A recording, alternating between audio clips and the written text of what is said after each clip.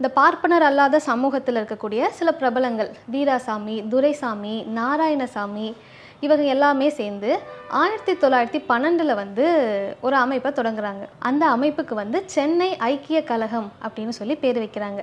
சரி, இந்த அமைப்பு வந்து என்ன பண்ணும் அப்படின்னா, இதுவுமே கூட பார்ப்பனர் அல்லாத மக்களோட வாழ்க்கை தரத்தை உயர்த்த என்னெல்லாம் பண்ணணுமோ அதெல்லாம் தான் பண்ண போகுது அப்படின்னு சொல்லி அவங்க முடிவெடுக்கிறாங்க. இதுக்கு வந்து நடேச முதலியார் தான் வந்து செயலாளராக பொறுப்பேற்கிறாரு. அவங்க முன்னெடுக்கக்கூடிய முதல் கொள்கை என்ன அப்படின்னா, முதியோர் கல்வி திட்டம். ஏற்கனவே சொன்ன மாதிரி இந்த அமைப்பில் வந்து நிறைய அரசாங்க பணியாளர்களும் இருக்கிறதால இந்த திட்டத்தை வந்து ரொம்ப ஈஸியாக அமல்படுத்திடலாம், இந்த மக்களை வச்சே வந்து முதியவர்களுக்கு கல்வியை கொடுக்கலாம் அப்படின்னு முடிவு பண்ணுறாங்க. இவங்க பண்ணுற ரெண்டாவது விஷயம் என்ன அப்படின்னா, பட்டப்படிப்பை முடித்து வரக்கூடிய இளைஞர்களை வந்து அவங்களுக்கு அரசியல் சொல்லி கொடுத்து அவங்கள வந்து அரசியல் பணிகளையும் களப்பணிகளையும் ஈடுபடுத்தணும். அவங்க அரசியல் படுத்தினா மட்டும்தான் நாடு வந்து அடுத்த கட்டத்தை நோக்கி நகரும், நம்ம சுதந்திரத்துக்கான ஒரு முதல் அடியை எடுத்து வைக்க முடியும்,